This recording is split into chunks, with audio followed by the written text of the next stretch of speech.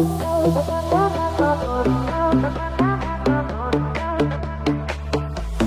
Dance Plan listeners, I'm Edward. Hey, everybody. And with me is Lily. And we're going to be exploring ADHD in a way that might surprise you. It's definitely a topic that a lot of people think they know about. Yeah. But we're really going to get into it. Yeah. So for our Dance Plan listeners, if you've ever felt that rush of ideas, that constant buzz of mental energy, or maybe you know someone who does, then this deep dive is for you. Imagine your brain is like a high-powered sports car. Okay. It's built for speed, for exploration. Yeah. But sometimes steering it requires a whole different set of skills. That's a great analogy. Yeah. And that's what we're unpacking today, going beyond the common myths. Yeah. To understand the real challenges, the surprising strengths. Exactly. And why awareness of ADHD is so crucial. Right off the bat, let's address a common misconception. ADHD is not just about being fidgety or easily distracted. Yeah, I think a lot of people picture that class clown stereotype. Exactly. But ADHD is actually a neurodevelopmental condition that affects a core set of brain functions called executive functions. Okay, so before we go any further, let's break down what executive functions actually means. Because I think that's key to understanding what's going on in the ADHD brain. Absolutely. Think of executive functions as your brain's control panel. Okay. They manage things like planning, organization, time management, even emotional regulation. Wow. It's like the conductor of an orchestra, making sure everything works together smoothly. So if those functions are disrupted, it's going to have a ripple effect on pretty much every aspect of life. Exactly. And that's where those classic ADHD symptoms come in: the inattention, the impulsivity, the hyperactivity. Right. They're not intentional. They're a result of those executive functions not working at full capacity. That makes so much sense. So it's not just a matter of trying harder. Right. It's about actual differences in brain wiring and chemistry. Precisely. And to understand that wiring a little better, it helps to look at the role of neurotransmitters like dopamine and norepinephrine. Okay, now we're getting into the nitty-gritty brain science. Well, it's important because these chemicals play a key role in attention motivation and impulse control. In many individuals with ADHD, these neurotransmitters aren't functioning optimally. So it's like their brains aren't getting the right signals to regulate those executive functions we talked about. Exactly. Now, before you think ADHD is just a simple chemical imbalance, it's much more nuanced than that. Oh, I'm sure it is. Yeah. What are some of the other factors involved? Research shows that genetics plays a significant role. ADHD tends to run in families, but it's not just genes alone. Right, nature and nurture. Exactly. Environmental factors like premature birth or exposure to toxins during pregnancy Oh, wow. can also increase the likelihood of ADHD. So it's a complex interplay of biology and environment, which makes sense because our brains are constantly being shaped by both. And that complexity is also reflected in the fact that ADHD isn't one size fits all. You mean there are different types of ADHD? There are, and this is where it gets really interesting. Instead of just thinking of ADHD as a single disorder, there are actually three main presentations. Primarily inattentive. Primarily hyperactive, impulsive, and combined type. So someone might struggle mainly with focus and attention, while someone else might be more outwardly hyperactive and impulsive. Exactly. Imagine someone with the inattentive type. They might have a brilliant mind full of ideas, but struggle to follow a conversation or miss important details. That's a challenge I can definitely relate to. And on the flip side, someone with the hyperactive impulsive type might be bouncing off the walls, interrupting constantly, or blurting things out without thinking. And that can create its own set of social and academic challenges. Then there's the combined type, which, as the name suggests, involves a mix of both inattentive and hyperactive impulsive traits. This helps paint a much clearer picture of the diversity within ADHD. It's not just one thing. It's a spectrum of experiences. And that's why moving beyond those stereotypes and labels is so important. Speaking of stereotypes, let's tackle a big one. The idea that ADHD is just a childhood disorder. Oh, that's a myth we need to bust right now. While it's often diagnosed in childhood, ADHD can persist into adulthood. That makes sense. It's not like our brains magically rewire themselves when we turn 18. And unfortunately, many adults are living with undiagnosed ADHD, struggling with those same challenges they faced as kids. Wow. But without knowing why. I imagine that can lead to a lot of self-doubt and frustration. Absolutely. It's like trying to solve a puzzle without knowing what the pieces are. This really emphasizes the need for awareness, both for individuals who might be struggling and for those around them. Yeah. To understand what ADHD really is and how it manifests. And speaking of awareness, let's look at some interesting statistics. Did you know that ADHD diagnosis rates vary significantly across the U.S.? That's intriguing. Why would that be? That's a question researchers are still exploring. But it highlights how cultural and societal factors can influence how ADHD is perceived and diagnosed. And what about gender differences? We often hear about ADHD being more common in boys. That's another important point.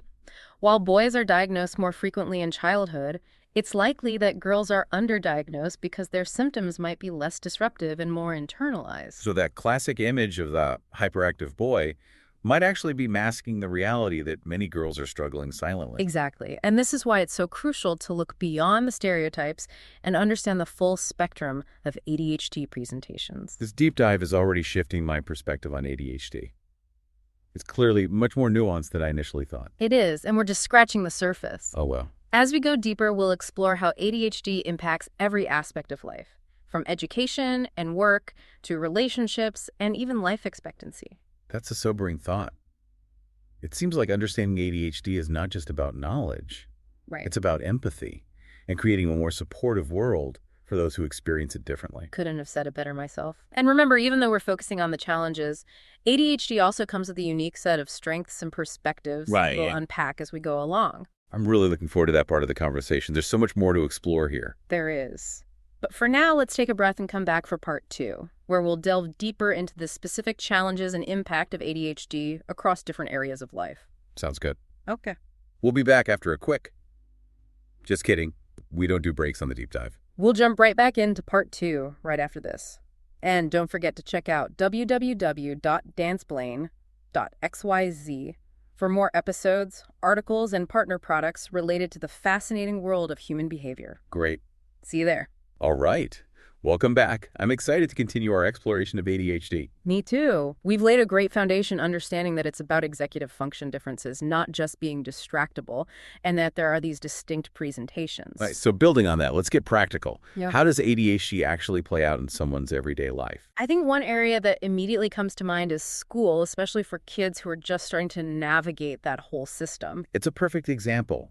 Imagine you're a kid with ADHD in a traditional classroom setting. Lots of sitting still following instructions tests. Exactly. Now, for some kids, that structure is calming. It helps them focus. Yeah. But for a child whose brain craves novelty, whose attention works differently, right, it's like trying to fit a square peg into a round hole. Yeah, I could see that. And this can lead to a whole cascade of struggle. Oh, wow. Difficulty paying attention, completing assignments on time, staying organized. I can see how that would quickly snowball into feeling like you're falling behind. And sadly, it often does. Teachers might misinterpret the behavior as laziness or defiance when it's really about neurological differences. This is where that awareness piece becomes so vital, right? Not just for teachers, but for parents, classmates, everyone involved. Absolutely, because when we understand that a child's struggles aren't intentional, it opens the door to finding solutions that actually work. So what kind of solutions are we talking about? Are there specific strategies that can help kids with ADHD succeed in school? There are. And the good news is they're often quite simple and adaptable. Things like breaking down large assignments into smaller chunks, using visual aids, incorporating movement breaks. That makes so much sense. It's about working with the brain's natural tendencies, not against them. And importantly, it's about focusing on strengths, too. Oh, okay. Many kids with ADHD are incredibly creative, think outside the box. That sports car brain we talked about earlier. Exactly. So instead of just trying to fix the challenges, it's about finding ways to let those strengths shine. And I imagine that kind of positive reinforcement can do wonders for a child's self-esteem, especially when they've been struggling. Absolutely. Feeling successful, seeing that your unique way of thinking is valued, that can be transformative. Now, we've been focusing on kids, but what about adults with ADHD? How do these challenges translate to the workplace? Well, many of the same principles apply, that need for structure and support, the importance of recognizing strengths. Right. But I imagine the stakes are higher in a professional environment. Yeah, for sure. They can be, think about deadlines meetings, complex projects. Oh, yeah. All things that can be particularly challenging for someone with ADHD. Especially if they're undiagnosed and haven't developed those coping strategies. Exactly. And that can lead to job instability, difficulty, advancing in their career, even financial struggles. This is really highlighting how ADHD isn't just a personal quirk. It has real-world consequences. And those consequences extend beyond the professional sphere. Okay. Let's talk about relationships. How do you think ADHD might affect social dynamics? Well, we talked about impulsivity earlier. I could see that leading to misunderstandings or maybe coming across as insensitive without meaning to. That's a common experience. Someone with ADHD might interrupt, frequently struggle to follow conversations, or blurt things out without thinking. And for someone who doesn't understand ADHD, that could easily be interpreted as rudeness or disinterest. Right. And that can strain relationships, make it hard to connect deeply. Yeah. I imagine it's particularly tough for kids and teens who are already navigating the social minefield of growing up. It is. They might feel isolated, like they don't fit in, and that social rejection can really impact self-esteem.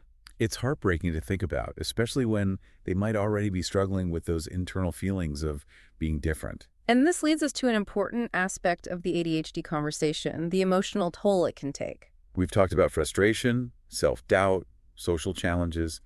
Are there other mental health concerns that are often linked to ADHD?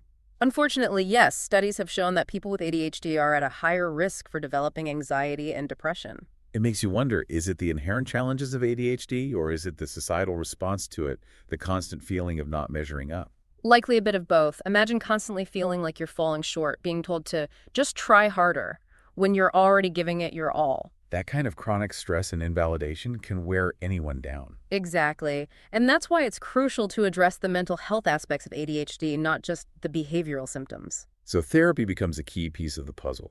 Absolutely. It can provide coping skills, strategies for managing emotions, and a safe space to process those feelings of being different. And I imagine that kind of support can be life-changing, especially when you've been struggling alone for so long. It can. And speaking of life-changing, there's one more statistic I want to share that really underscores the importance of understanding and supporting individuals with ADHD. Okay, I'm intrigued. Research has shown a correlation between ADHD and a reduced life expectancy. Wow, that's sobering. Yeah. What factors might be contributing to that? It's likely a combination of things. The impulsivity we've discussed can lead to a higher risk of accidents and injuries. Makes sense. And we talked about the mental health connection as well, depression, anxiety. Those can impact physical health over time. Right. And there's also an increased risk of substance abuse, as some individuals with ADHD might turn to drugs or alcohol to self-medicate. So it's a complex web of interconnected factors that can ultimately impact long-term health outcomes. It is, and this really highlights the need for a holistic approach to supporting individuals with ADHD, not just focusing on one aspect, but addressing the whole person. That's such an important message. It's about seeing the individual, understanding their unique challenges and strengths, and providing the support they need to thrive. Absolutely. And I think that leads us perfectly into our next section, where we'll dive into the diagnosis process and explore how we can identify and support individuals with ADHD effectively. Sounds like a great place to pick up in part 3. We'll be right back after a quick after. Just kidding. On the deep dive, we keep the knowledge flowing. We'll dive straight into part 3 right after this.